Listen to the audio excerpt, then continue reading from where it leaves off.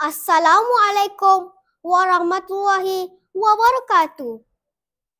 Saya Iris Malikabi binti Muhammad Syahril akan mendeklamasikan sajak yang berjudul Dogma Masyarakat.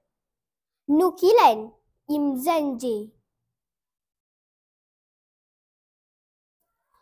Aku rindukan masyarakat yang berkasih sayang, bersatu padu, rasa bekerja sama.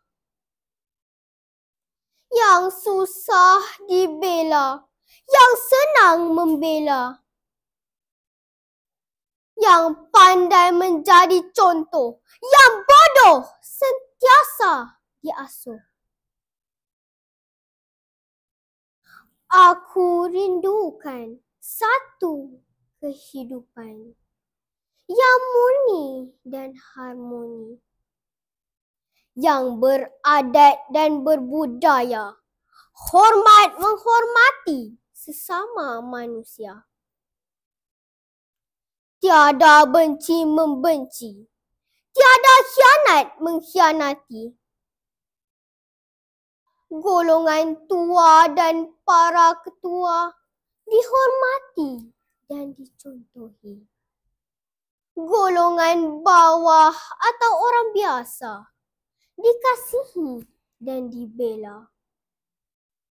Para pemuda-pemudi pemalu menjadi aset bangsa dan negara.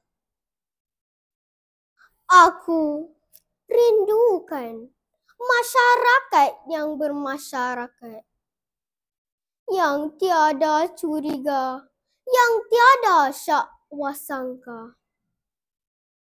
Aku rindukan masyarakat yang bermasyarakat, yang sentiasa sepakat atas prinsip membawa berkat dan rahmat.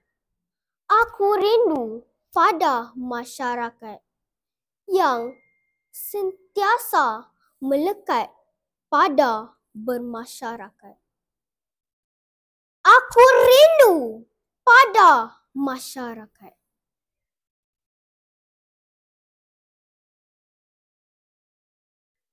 Sekian, terima kasih.